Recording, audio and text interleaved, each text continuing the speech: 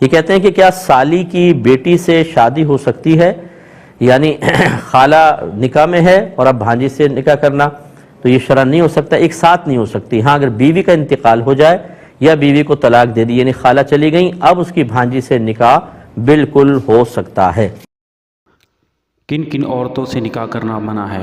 خالہ، پھپھو، سوتیلی ماں، بہن، بھتیجی، بھانجی، پوتی، ان سب سے نکاح کرنا منع ہے۔ سنتے ہیں پہلا بیان۔ اگر لڑکی کی پھپھی فوت ہو جائے تو وہ اپنے پھپھا سے نکاح کر سکتی ہے، اور اس لڑکی کی چھوٹی بہن اس ہی پھپھا کے بیٹے سے نکاح کر سکتی؟ کیوں نہیں کر سکتی؟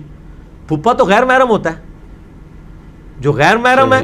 ہاں، بخاری مسلم میں حدیث ہے کہ کسی شخص کے لیے حلال نہیں کہ وہ پھپھی کو اور بھانجی بھتیجی کو ایک عقد میں جمع کرے یا دو بہنوں کو ایک عقد میں جمع کرے۔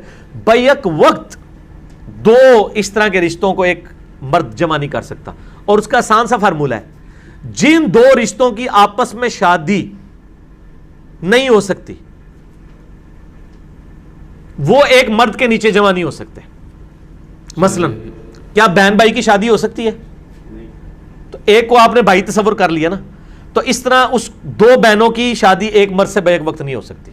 سمجھ آگی بات کی؟ یہ فارمولہ ہے کہ ان تمام دو عورتوں کی شادی ایک مرد کے ساتھ بیک وقت نہیں ہو سکتی، جن میں سے اگر ایک کو مرد تصور کر لیا جائے تو اس کی آپس میں شادی نہیں ہو سکتی۔ اچھا، کسی بندے کی اپنی پھوپھی سے شادی ہو سکتی ہے؟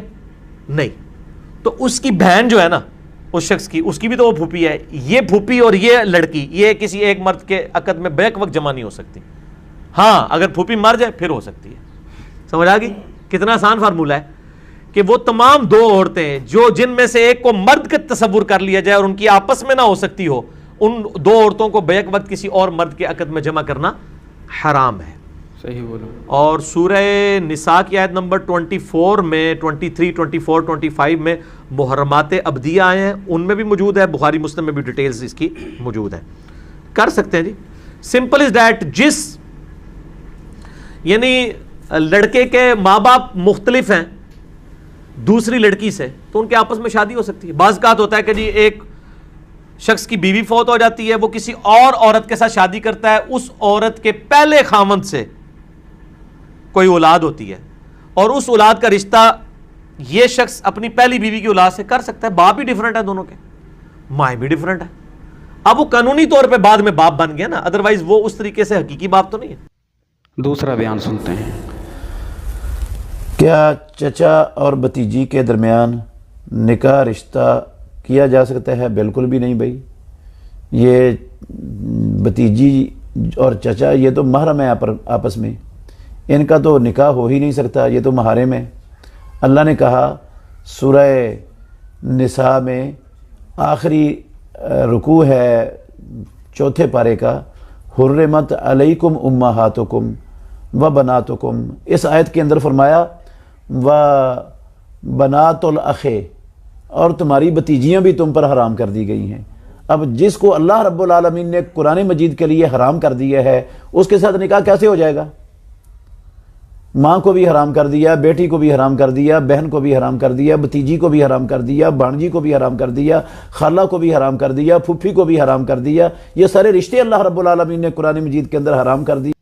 تیسرا بیان سنتے ہیں۔ حرام کر دی گئی تم پر تمہاری مائیں، نمبر 1، وبناتکم تمہاری بیٹیاں، واخواتکم اور تمہاری بہنیں، وعماتکم اور تمہاری پھوپھیاں، وخالاتکم اور تمہاری خالائیں، وبنات الاخ اور بھائی کی بیٹیاں یعنی بھتیجیاں، وبنات الاخت اور بہن کی بیٹیاں یعنی بھانجیاں، وامہاتکم اللاتی ارضعنکم اور تمہاری وہ مائیں جنہوں نے تمہیں دودھ پلایا ہے، واخواتکم من الرضاعۃ اور تمہاری دودھ پلانے والیوں کی بیٹیاں کہ جو تمہارے اب بہن بن گئی ہیں رضاعی، وامہات نسائکم اور تمہاری بیویوں کی مائیں یعنی ساس جن کو ہم کہتے ہیں خوش دامن، وربائکم اللاتی فی حجورکم اور اگر وہ کہ جو ربیبہ ہوں جو تمہارے ہاں پلی بڑھی ہوں، من نسائکم اللاتی دخلتم بہن، ربیبہ ربیب اس کو کہتے ہیں کہ ایک عورت کے پہلے کوئی اولاد تھی، آپ نے ان سے شادی کی ہے تو وہ اولاد بھی ساتھ لے آئی ہے، اب وہ آپ کی بیٹے بیٹیاں ہی ہو گئی آپ کی، لیکن وہ آپ کے حقیقی بیٹے بیٹیاں نہیں، ربیب کہلاتے ہیں، ربیب اور ربیبہ۔